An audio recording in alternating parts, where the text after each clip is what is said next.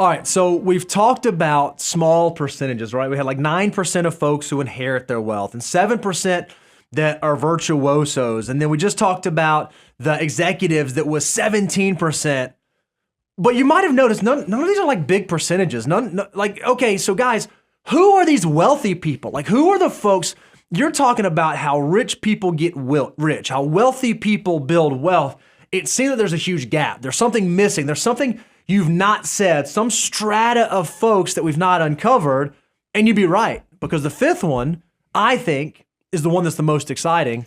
And this one is the one that we just call the saver and the investor. Yeah, this one's exciting to me because it's I tell people all the time, becoming wealthy is so simple. Now, don't mishear me. I did not say it's easy. I mean, because we've seen most people are not willing to practice the discipline to actually live on less than they make the good decisions. But it does make me excited when our own research shows 67% of the millionaires we work with, their big break, their where they pierced into becoming wealthy, crossing into seven figures, was because of their behaviors of being a saver and an investor. That ought to be excitement. That ought to be kindling to set the fire on your life to start doing this for yourself as well. What I think is wild is when you think back to the book that Dr. Danko wrote, The Millionaire Next Door, they uncovered this same thing. They recognized, hey, when we talk to like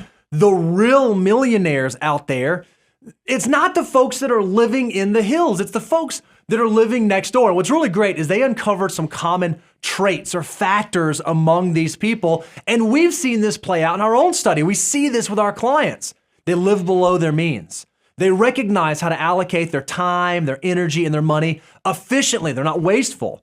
They recognize that financial independence and saving for a great, big, beautiful tomorrow is more important than social status today and looking like I'm wealthy. Their parents did not reach down and provide economic outpatient care to them, nor are they providing economic outpatient care to their kids. They're teaching their kids how to make wise financial decisions. They recognize market opportunities, they take advantage of them, and in a lot of cases, they chose the right occupation. They recognized, hey, if I'm going to be working for a living, I might as well do something that I love, that I'm passionate about, that is marketable, that I can build wealth doing. Those are common threads that were spread throughout there. And what these folks did is they took those things and they saved and invested over the course of a lifetime. I feel very fortunate. Look, I'm sad because she's now left the house, but I think there's a great learning opportunity having a daughter who's in college.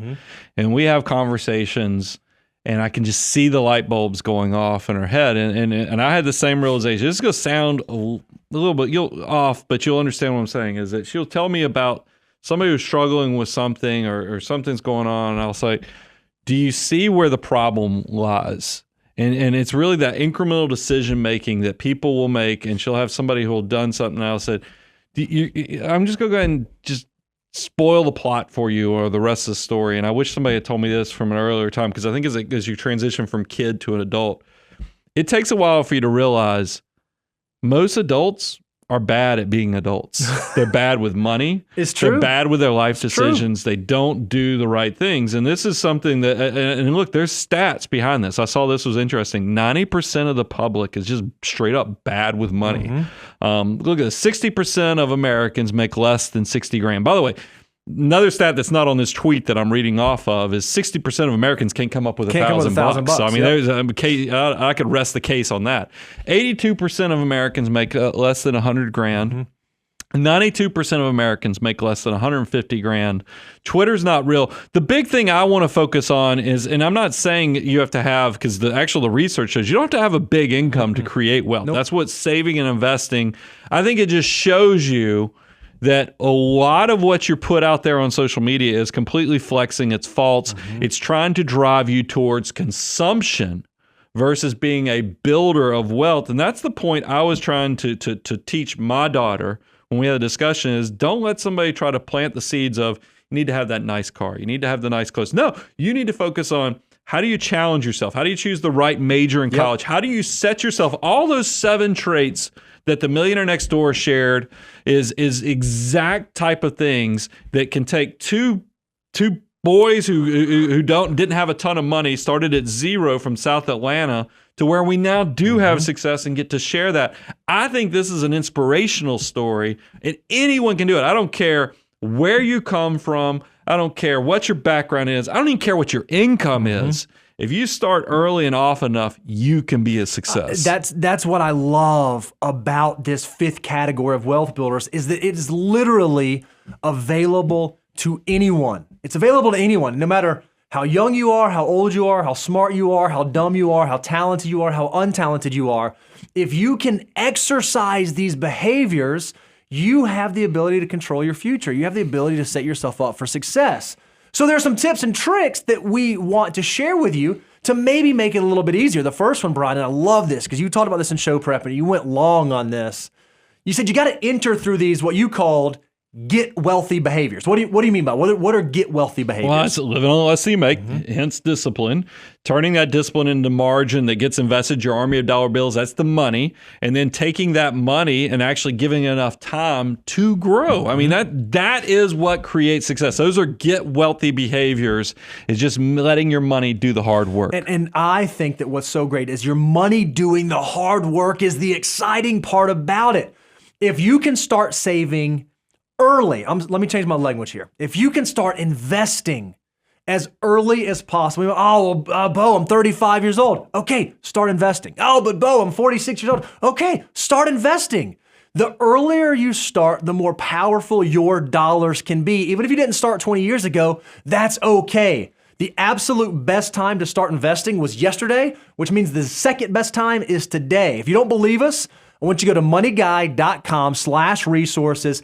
Check out this wealth multiplier. Take this, put it up on your bathroom mirror, put it up on your refrigerator, maybe fold it up, put it on top of your credit card, slid in your wallet so that every time you pull out that credit card, you say, oh man, do I really want to spend this money? Because I know as a 25-year-old, every dollar that I invest could turn into $44 for me in the future.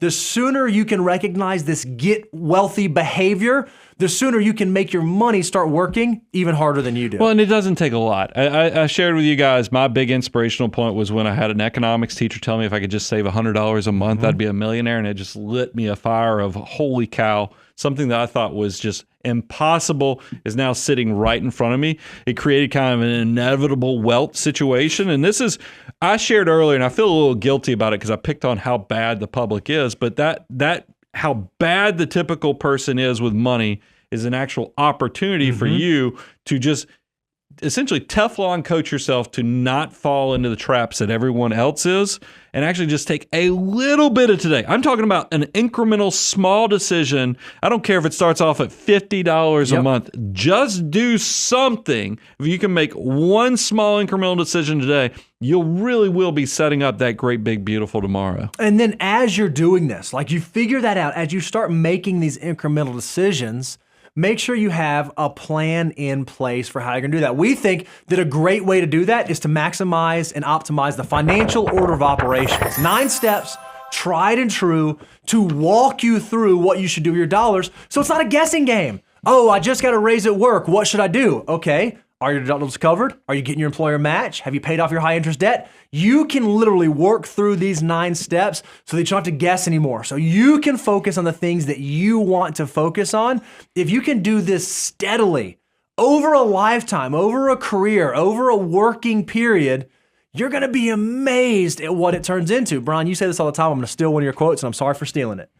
We so often fall into the world of thinking linearly. Yeah. I'm here today. I want to be here tomorrow, linearly. So often in our lives, when we can put systems like this in place, the growth is exponential. And I know that you and I have both ended up in a place today we never thought we'd be in. We never, ever thought we'd be in. But it's because of those small little behaviors we both started doing, some of us longer ago than others, and just kept doing through time. Well, I would encourage you, make it inevitable. I mean, because that's the thing. Because human nature, we we overcomplicate things. And if I could encourage you, make your path to wealth and success as easy as possible. You know how you do that? Make it automatic. Yep. Just go ahead and set up, monthly investments. If you're wondering, hey, what type of investments? There's a reason we talk about index funds. There's a reason we talk about index target retirement funds, because all you have to think about is, how much can I save? When do I need it? It'll do all the heavy lifting. It's so easy these days. Go check out some of the biggest, do your due diligence and research at some of the biggest providers, the Vanguards, the Fidelity Investments, the Charles Schwabs.